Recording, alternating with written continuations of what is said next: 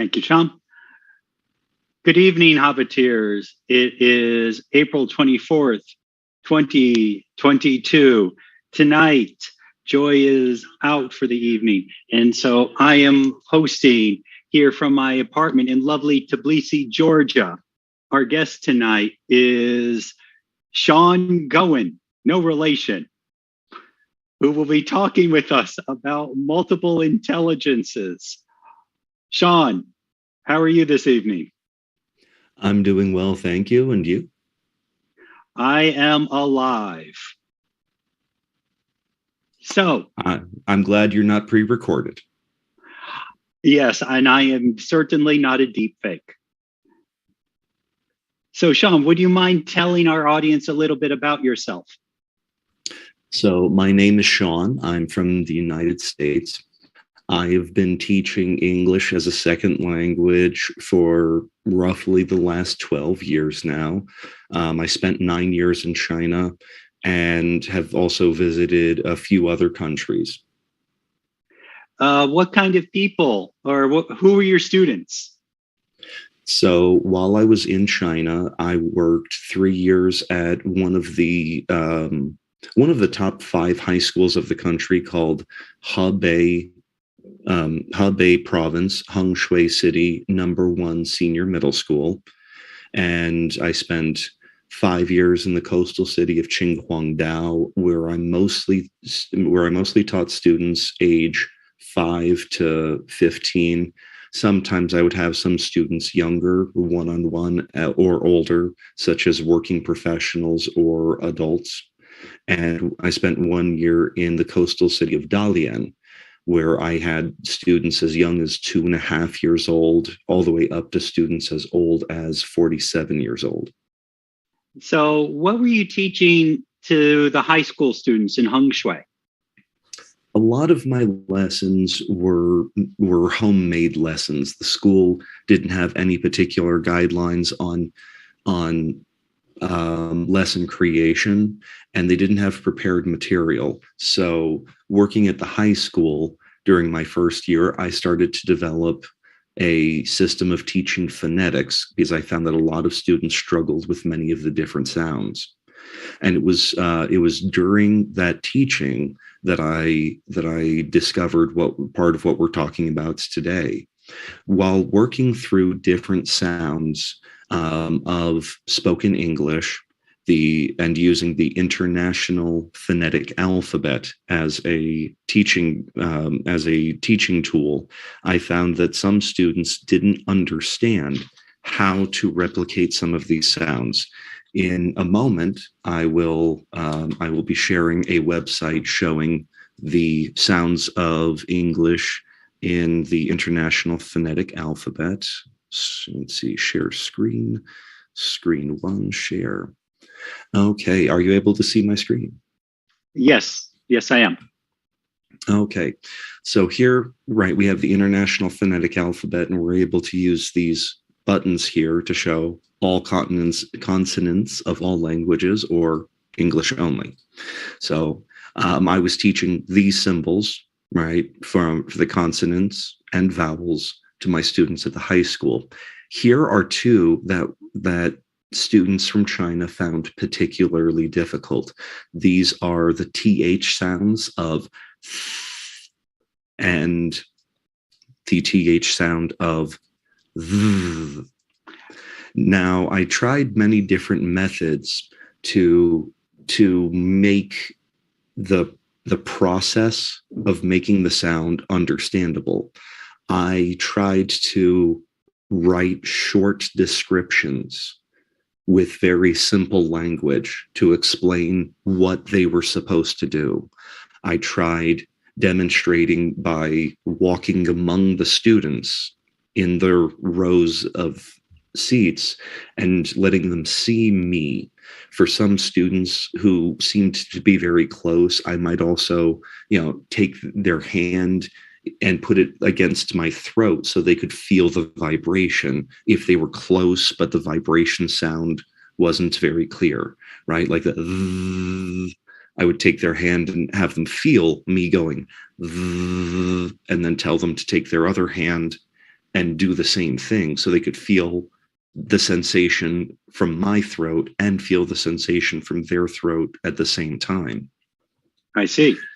And even though I was going through all of that, I still found about 33% of my students were having difficulty replicating some of these sounds. They weren't finding any kind of meaningful connection to the way that I was presenting it to help them replicate these sounds every time. And 33% is quite a noticeable number, especially when I was teaching about 2,500 students a week. So I started looking into other ways of teaching, how to get these ideas across. And I found the theory of multiple intelligences, which is what we're talking about today. And I started looking at this on the different ways that people learn or connect to material. I found that looking at these different types, from intrapersonal, thinking about how something relates to yourself, linguistic, how language is used to express ideas, logical, mathematical, using math and reasoning, logic to make a connection, naturalistic intelligence, using your understanding of nature, usually through observation, to understand an idea. Existential is a fairly new addition, about thinking about philosophical, deep questions. Spatial intelligence, understanding about differences in space and relationship in location. Musical rhythmic, using songs, poetry, rhyme to make connections. Interpersonal, using your understanding of how you relate to others to connect to ideas. And the bodily kinesthetic, kinetic, or tactile, how touching or interacting with something can make a connection. While looking at this theory, I realized that I am a very visual learner. So my spatial intelligence, if I can see something, I can make a pretty good connection to it. And if I can touch something, my tactile sense, I can make a good connection to it. But if I'm only listening and repeating, which is common for language learning, a teacher will say, please repeat after me. That does not make as strong a connection. And so it's easy for me to forget. Sometimes I would, sorry, go ahead. No, please finish. Sometimes I would find myself forgetting a word that somebody had taught me. Like, for example, in Chinese, this might be a marker bi or a shui bi. And only hearing it and repeating it, I would easily forget it. But when I could see the pinyin written down, I was able to make a meaningful connection to the name of the object. So that was going to be my question. When we talk about written language, right, reading something, that would qualify as being spatial intelligence and not linguistic or logical intelligence. So for me, one of the tools that I often utilize is a visual dictionary. I had one when I lived and worked in China.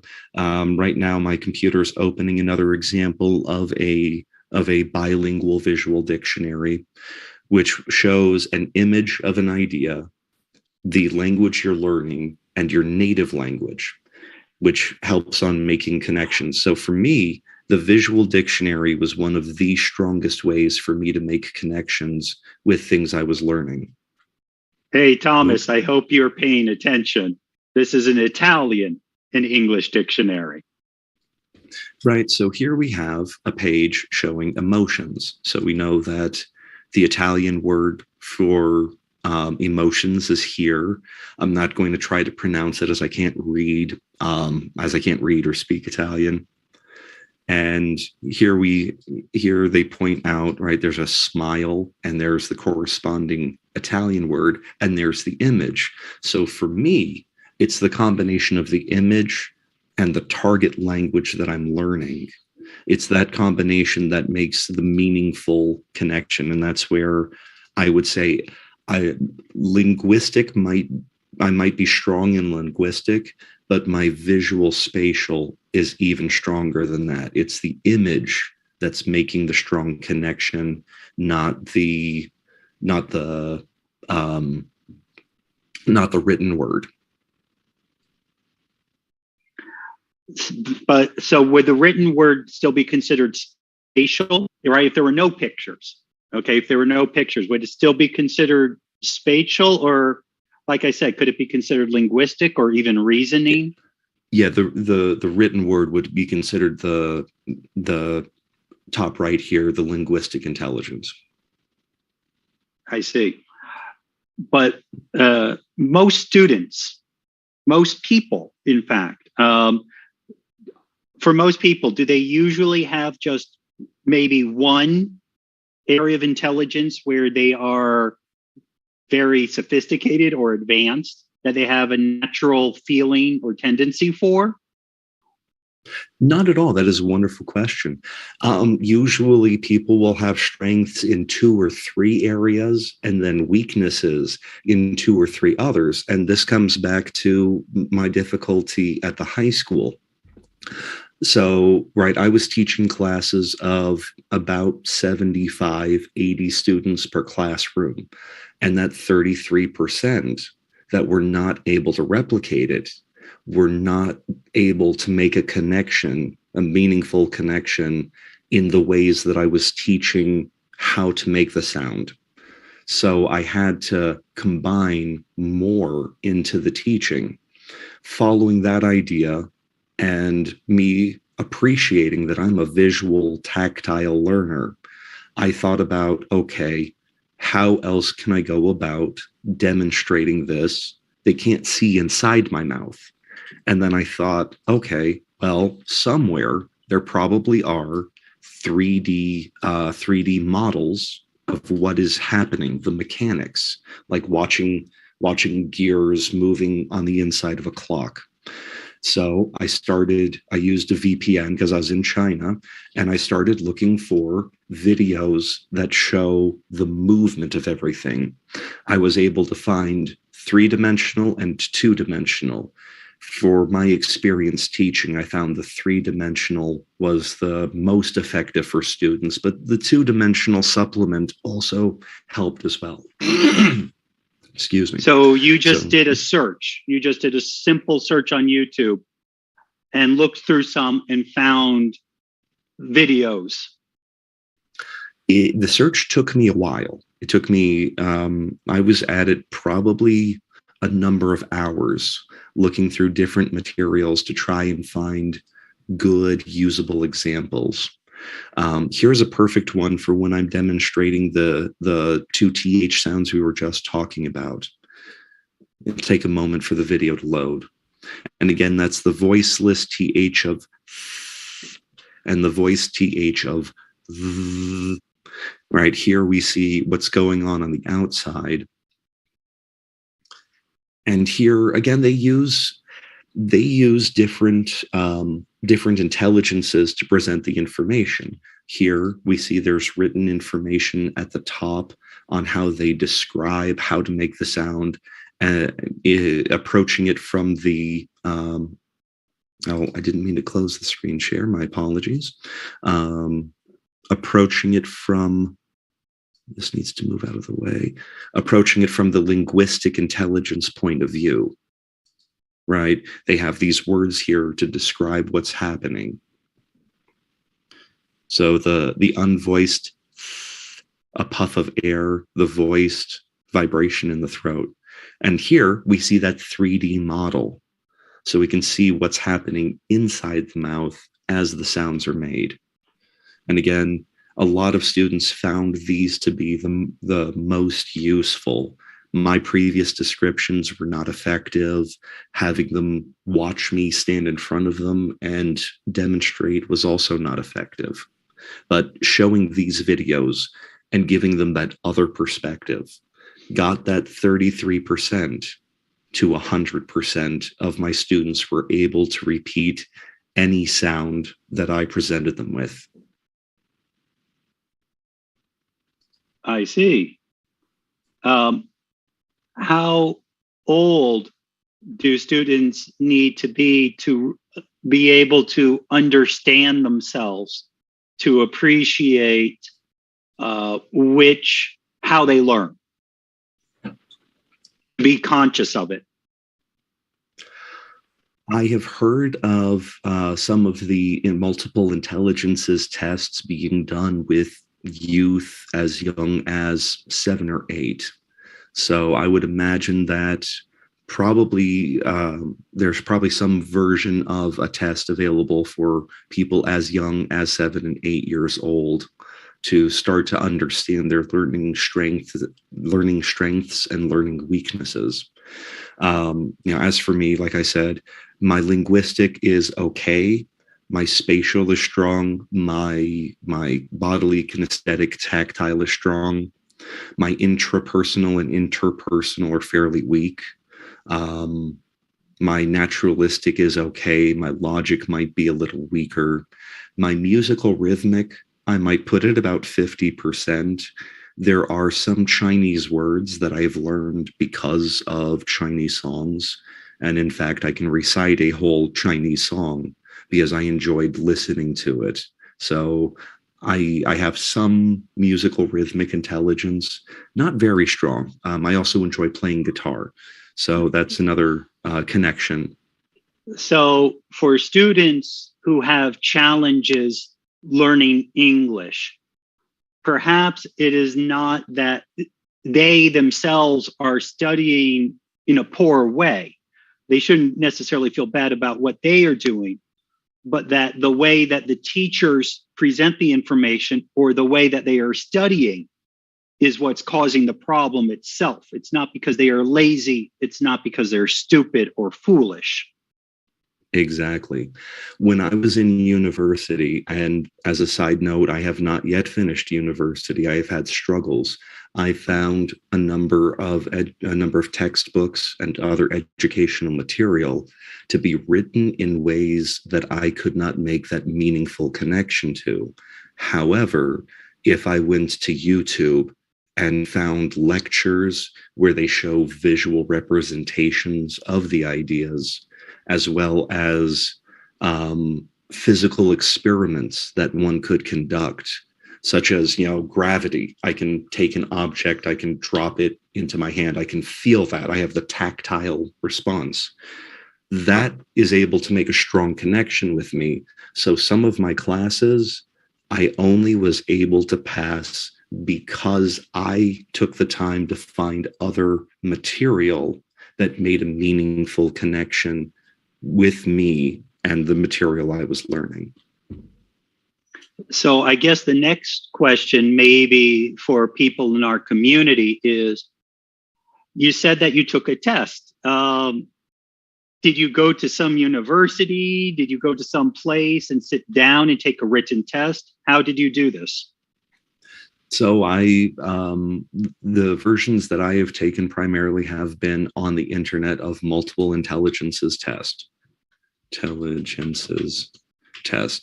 And there are lots of free ones available that will ask you multiple choice. I strongly disagree, I strongly agree, and will compile the data to give you an output, to give you an idea of what your strengths and weaknesses might be.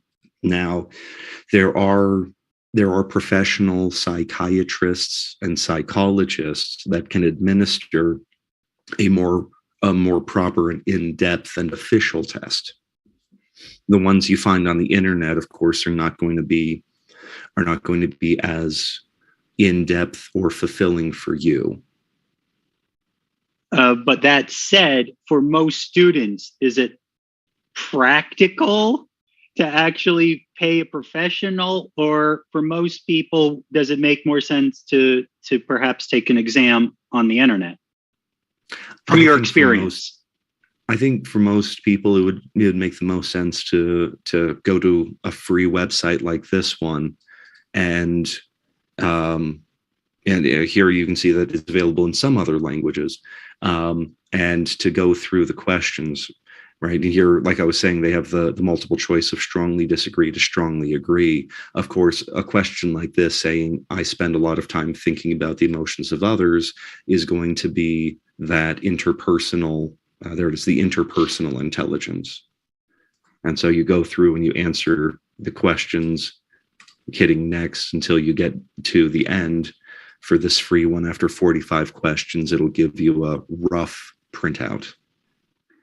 So after a student has done or taken one or two of these tests, and they get similar results in the test or among the tests that they take, what's the next step? Well, I mean, what can they do? How can they use this information now? So for some students, they may be searching for, why did I have difficulty with this in the past? Why was learning this subject or using that learning material not good for me? Why couldn't I remember it? And so with this information, they'll be able to understand, okay, that I have flashcards didn't work for me because my linguistic intelligence wasn't very strong, right? For me, when I was learning Latin, I would put Latin on one side, English on the other, and sort through, flipping back and forth. It made some connection, but it didn't make a very strong connection for me. So, like I mentioned before, my verbal linguistic, I wouldn't say is very strong, but with the information, when you know what your strengths and weaknesses are, you can find learning material that works particularly well for you, such as, and I'll send this link in the chat. Let's see, where is, right, that's the share screen. Let's see, there's the chat box. Okay. So here is a website, and here's one of the websites, an educational website. And down here on the first table, it talks about different ways, here on the far right, different ways that can help people make a lasting connection. Now, let's try to put this more in the purview of English language learners. When I was teaching at the high school, after I started practicing this, when I had a new word that students might struggle with or might easily forget, I would try to use as many of these at the same time as possible. In one lesson, we were talking about pets, and this was when the high school finally provided material they wanted us to teach. So I was using the school's pre-made textbook for spoken English, and the vocabulary word was poop. And so I went to a local store that sold toys, and there was a toy poop with a smiley face on it. Okay, yes. So I brought it into the classroom, and so I would say poop, and I would pass it to a student, and I would have them say poop, and the word poop was on the screen. So there we're activating lots of different intelligences at the same time. As a teacher, I tried to use as many at the same time. So I was using the verbal linguistic, right? They were able to hear the words being said. They were able to say the words. For the visual spatial people, they were able to see the toy poop, right? Nothing disgusting. It was a funny little toy with a smiley face.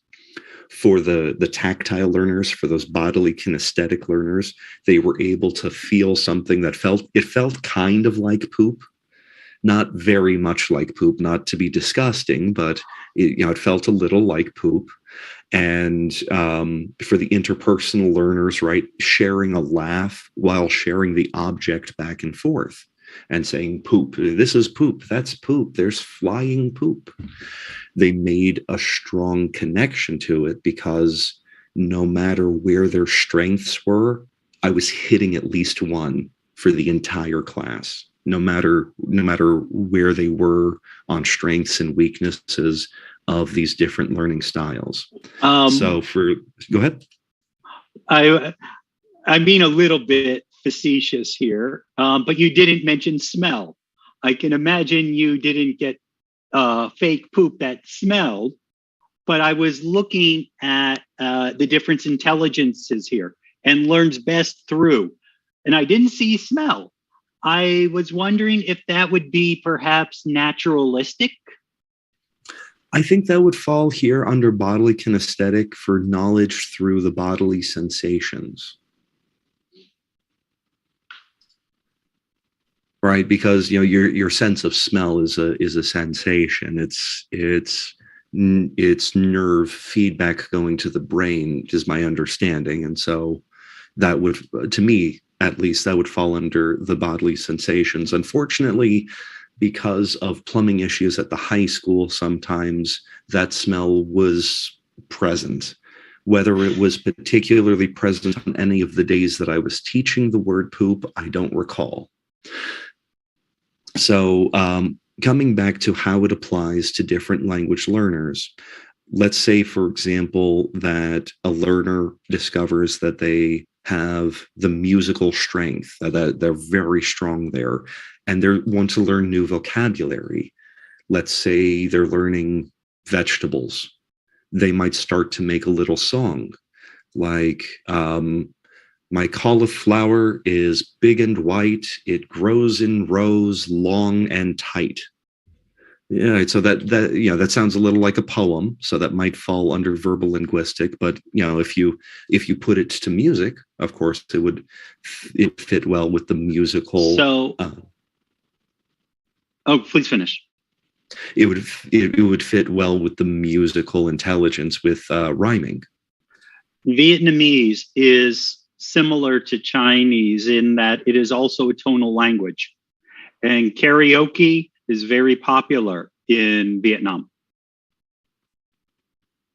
So yeah, people who can learn English songs very well or other songs very well when it's not their native language, that would fall very strongly under the musical.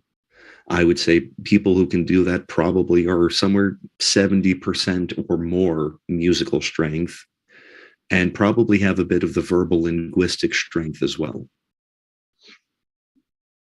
So could you spend a little bit of time and just go over the biggest ones, or the ones you think are most likely to be, that the students are most likely to feel connected with, or think that they are best able to use? Okay, so as a teacher, when I'm trying to attack as many of these as possible, or utilize as many of these as possible, my first one is visual, because I'm a visual learner, and it's where I feel the most comfortable. I find it the easiest for me to relate to, so I find it the easiest to teach out. So when I'm teaching a new concept or a new word, new vocabulary, I always try and use some kind of visual representation. I also try to include, like with the toy poop, something tactile to fall here under the bodily kinesthetic, something they can interact with, something that they can touch, smell, experience. From there, the verbal linguistic, whether I'm speaking, oral and oral, speak and repeat, the oral learning pathway, whether I'm writing the word on the board, having the student write it down in their notebook, and then when it's applicable, mathematical, logical, because some students don't seem to connect well with those previous three.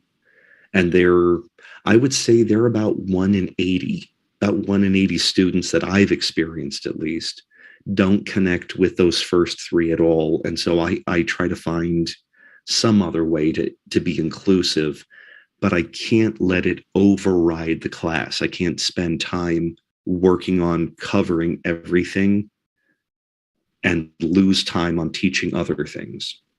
So when it seems like the students are pretty well getting it with the first three, I'll ignore the mathematical, logical, and go down into the interpersonal, because classrooms are filled with students and they are interacting with their classmates, regardless of whether you're dealing with small children or working professional adults.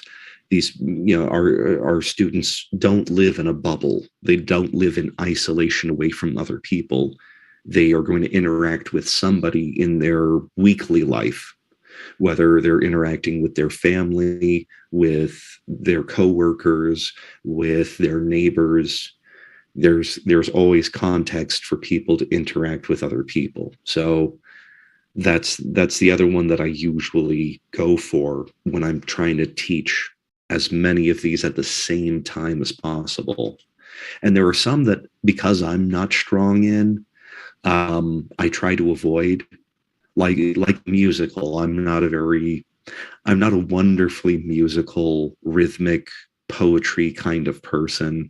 I'm not very good at intrapersonal or naturalistic associations. So those are ones that I typically avoid unless I feel that the students are going to get more of a strong connection from it. And then I'll use Google to research other ways to connect them, such as, these suggestions down here. So you can use the different ways. I've looked over some of this. And so it seems like you can easily connect learning your vocabulary and actively remembering it. Okay, I can see how this can help students with vocabulary. Are there other things other than looking at vocabulary for learning language? Any of the other skills, grammar, anything else that is connected with these? Excuse me. I would argue that there are grammatical rules that can be used in a logical, mathematical way, such as just basic sentence structure of subject, object, verb, right? You assign a parameter in algebra to each one.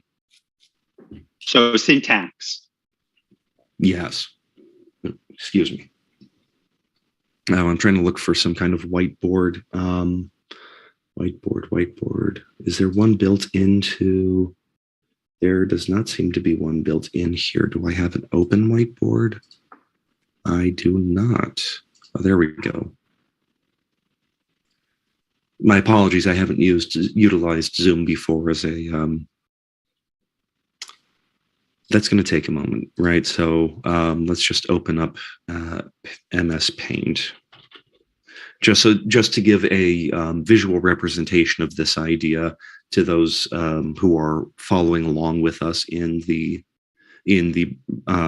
live cast.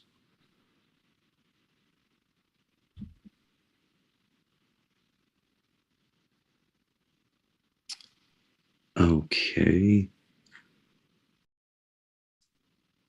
Go ahead and if you have any further questions, please proceed while I'm opening this.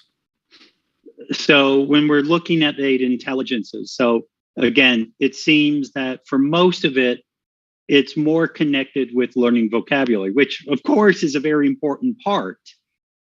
But then I guess it goes with the different ways that you're doing it. You're also strengthening perhaps your word recognition in terms of reading the written word, as compared to if you're doing it another way, you're going to be recognizing the sound. Yeah. So perhaps you can also develop your listening or reading comprehension, paying attention to which intelligences are more connected to you. Yeah.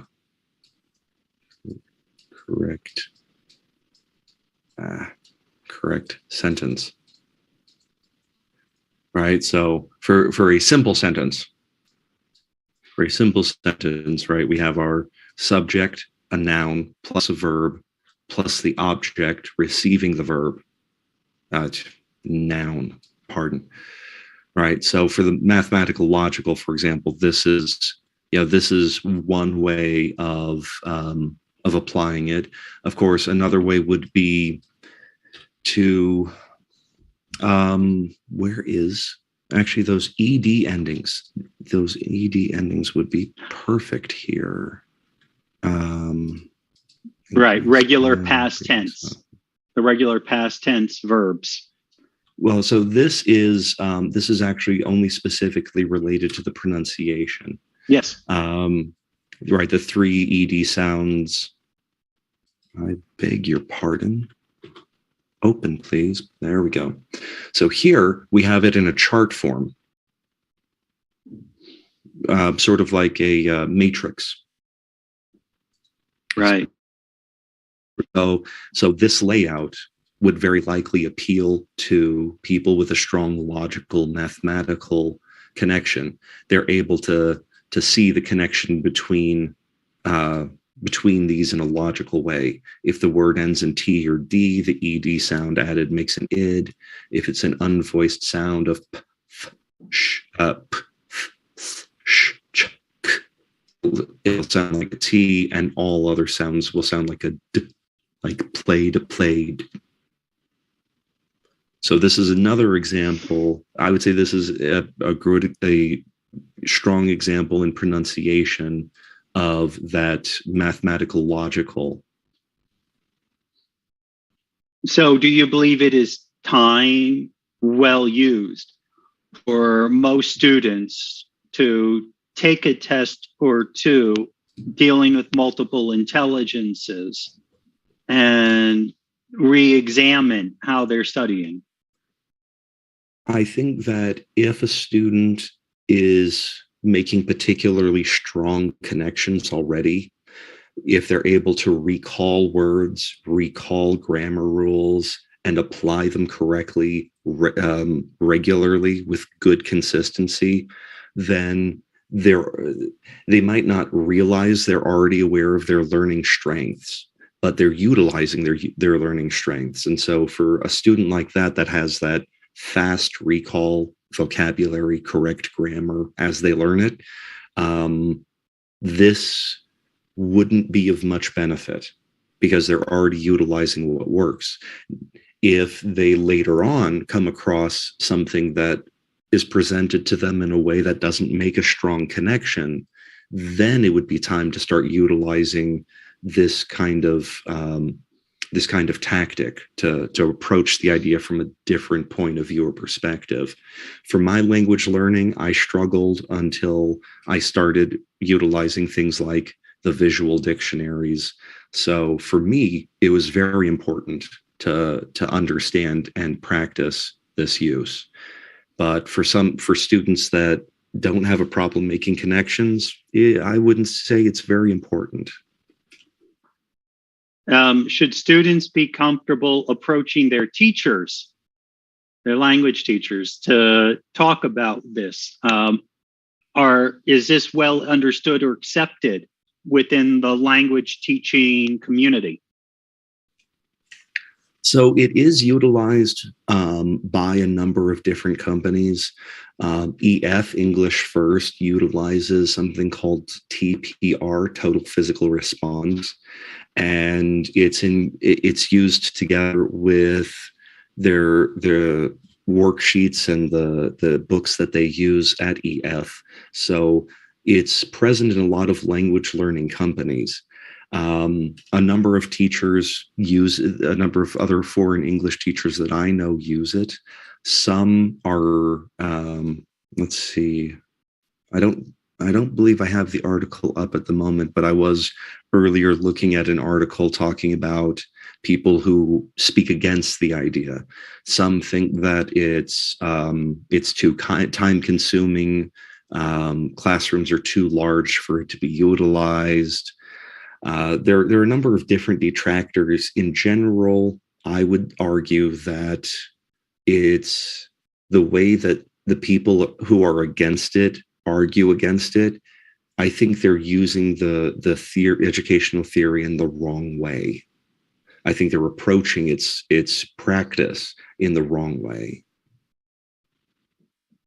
So you would say that while perhaps maybe at the classroom level of many students that perhaps it's fairly complicated or impossible perhaps to meet the needs of all of the students. But for the individual student, if he or she is struggling with learning language, this would probably be valuable. Well, I think in both cases, like how I used it in the high school, I was able to meet almost all of my students at least 75% of the way when I was utilizing multiple intelligences at the same time, right? I was able to cover a lot of, maybe not make it all the way, but I was able to cover a lot of their strengths and make strong connections with many of them. But for teachers who are not familiar with this practice, to try and, for a student to try and approach them and say, hey, this is my learning style, can you help me when we're in the large class together? It won't be able to be applied in that way if the teacher isn't already familiar with it. But in one-on-one settings with a private tutor or small class sizes, up to probably 10 or 15, I think it would be reasonable to introduce it to the teacher and try and help your classmates discover their strengths and see if you can help each other study by covering each other's strengths and weaknesses. I see. Thank you.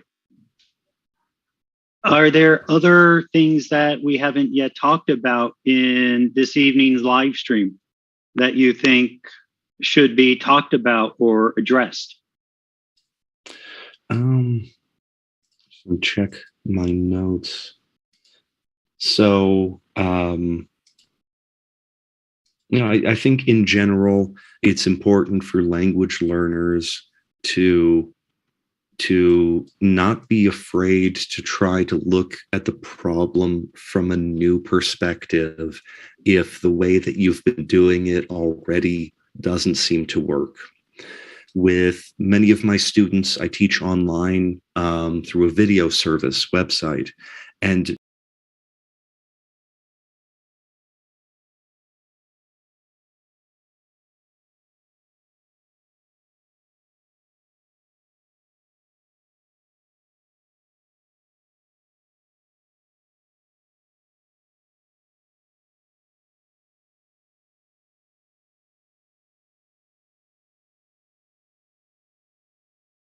significant connection.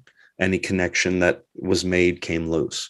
So I tell them to do things like take a mirror and practice looking in the mirror 3 times a day, 1 or 2 minutes, going so that they can clearly see the white of their teeth, the pink of their tongue, the white of their teeth, and also to practice tongue twisters. In fact, there's one that I consistently use for that particular sound that reads, Tubby Tommy trained till thinner, then took 10 trousers to the tailor. The tailor took time to trim the trousers till they touched Tommy's tummy, then threw together 2 tank tops to thank Tommy's thoughtful trade. So I recommend to my adult, professional students on Cambly, take a video of yourself reading through this for a week, 3 times a day. Practice with a mirror going, take the video again after that 7-day period to compare the 2 videos. Use a benchmark system so that they can self-correct and they can track their own progress. It's easy for a teacher to say, oh, I can tell you're doing better. It's a different thing for the student to be able to see for themselves, this is where I began, this is where I am now. I can see my own mistake here. My tongue is still a little bit behind my top teeth, or they can self-correct at that point, which helps the student and helps the teacher to address these things. The student can let the teacher know, where they're having that weakness. So Don't be afraid to approach something from a new angle and try a new way of making a connection. I see. Are there any questions from the Hobbit English group? I have looked here and it doesn't seem so. It doesn't seem like we have had any questions this evening. So I guess everybody is content from how quickly you've been speaking, your pronunciation. Are you a native speaker perchance? Yes, I am a native English speaker, having been born in the United States. I was born in New York and lived many other places, which is one of the reasons why I don't have any form of regional accent. I don't sound like a New Yorker. I don't sound like a Californian. I don't sound like I'm from North Carolina. I have a neutral American accent. Americans have accents? The American dialect, a neutral accent of the American dialect. Thank you. Thank you. So anything else you wish to add this evening to our hobbiteers? Well, I hope that was of use to you. I will be sharing the links to the YouTube videos with Denny so that if students want to utilize those links later for those YouTube videos that I was showing earlier, or the links about these, the information about the multiple intelligences that should be available there. Okay, that's very nice of you. Thank you, Sean. All right. Thank you very much for your time and for including me. Thank you. All right, ladies and gentlemen, that is it for tonight. Next Sunday, we will have off, as it is a holiday in Vietnam, Reunification Day of the North and the South from 1975. However, we will be back on May 7th, it is? May 8th. Same Hobbit time, same Hobbit channel. Until then, thank you and have a good night.